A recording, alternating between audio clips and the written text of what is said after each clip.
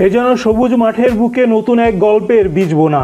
গল্পটি শুধুই ফুটবলের নয়, গল্পটি রক্তের টানে শিকড়ে ফেরার, যে টান উপেক্ষা করার সাধ্য নেই অনেকের, যেমনটি পারেননি হামজা চৌধুরী আর সামিত সোম। ইংল্যান্ডের ঠান্ডা হাওয়ায় বেড়ে ওঠা হামজা খেলেন দেশটির শীর্ষ লিগে। 25 মার্চ শিলংয়ে ভারতের বিপক্ষে প্রথমবারের মতো জড়ান জাতীয় দলের জার্সি। গোলশূন্য ড্রর ম্যাচটিতে নিজের আলোয় আলোকিত হওয়ার পাশাপাশি সতীর্থদের করেছিলেন উদ্বুদ্ধ। শুধু সোহেল মিতুলদের নয়, তার উপস্থিতি উৎসাহ জুগিয়েছে কানাডা জাতীয় দলে খেলা সামিত সোমকেও। জীবনযাত্রার মোড় ঘুরিয়ে পা রাখতে যাচ্ছেন বাংলাদেশের মাটিতে, যে দেশের সঙ্গে রক্তের অদৃশ্য বন্ধন সামিতের জন্ম থেকেই। সুইজারল্যান্ডের জুরিক থেকে মঙ্গলবার সন্ধ্যায় আসে সেই সুখবর। বিশ্ব ফুটবলের নিয়ন্ত্রণ সংস্থা ফিফার কাছ থেকে সামিতের সবুজ সংকেতে যেন ঘটে এক দীর্ঘ প্রতীক্ষার সমাপ্তি দেশের ফুটবল প্রেমীদের। বুক ভরে নিঃশ্বাস নেওয়ার মতো স্বস্তি বাফুফের কর্তাদের। বাংলাদেশের জার্সিতে মাঠে নামার জন্য আর কোনো বাধা নেই সামিত সোমের। বিশ্বমঞ্চে দেশের পতাকা উঁচুতে তোলার গুরুদায়িত্ব তারও কাঁধে। আগামী 10 জুন ঘরের মাঠে শুরু হতে পারে তার নবযাত্রার, সঙ্গে থাকবেন হামজাও।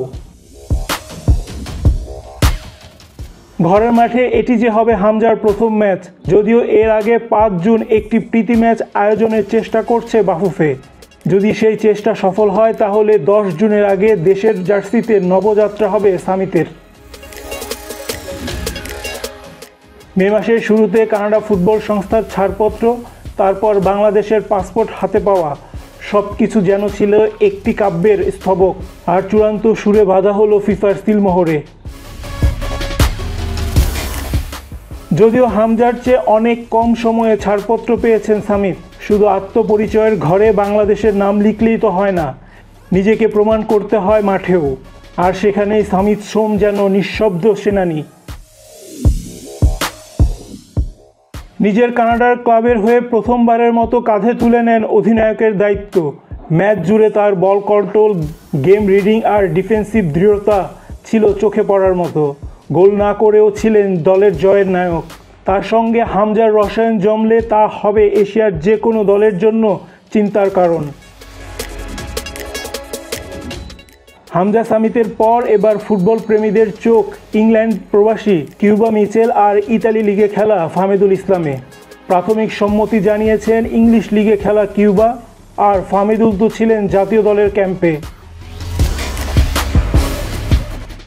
সব চোখ এখন 10 জুনের দিকে, ঢাকায় ঘরের মাঠে সিঙ্গাপুরের বিরুদ্ধে ম্যাচে। সেদিন লাল সবুজ গ্যালারিতে ভেসে উঠবে হামজা সামিতের নাম। সেখানে কি যোগ হবে আরও 2টি নতুন নাম, যা দেখে অনেকে হয়তো বলবে তারা ফিরে এসেছে শুধু খেলার জন্য নয়, ফিরেছে হৃদয়ের বাংলাদেশ নিয়ে লাল সবুজ পতাকার ছাপ বিশ্ব দরবারে রাখতে। এ ফিরে আসা শুধু ফুটবলের নয়, এক আত্মপরিচয়ের, এক আবেগের, এক স্বপ্নের, যেখানে পুরো এক জাতির ভালোবাসা তাদের সঙ্গী। রায়হান রাসেল, বাংলাদেশ প্রতিদিন।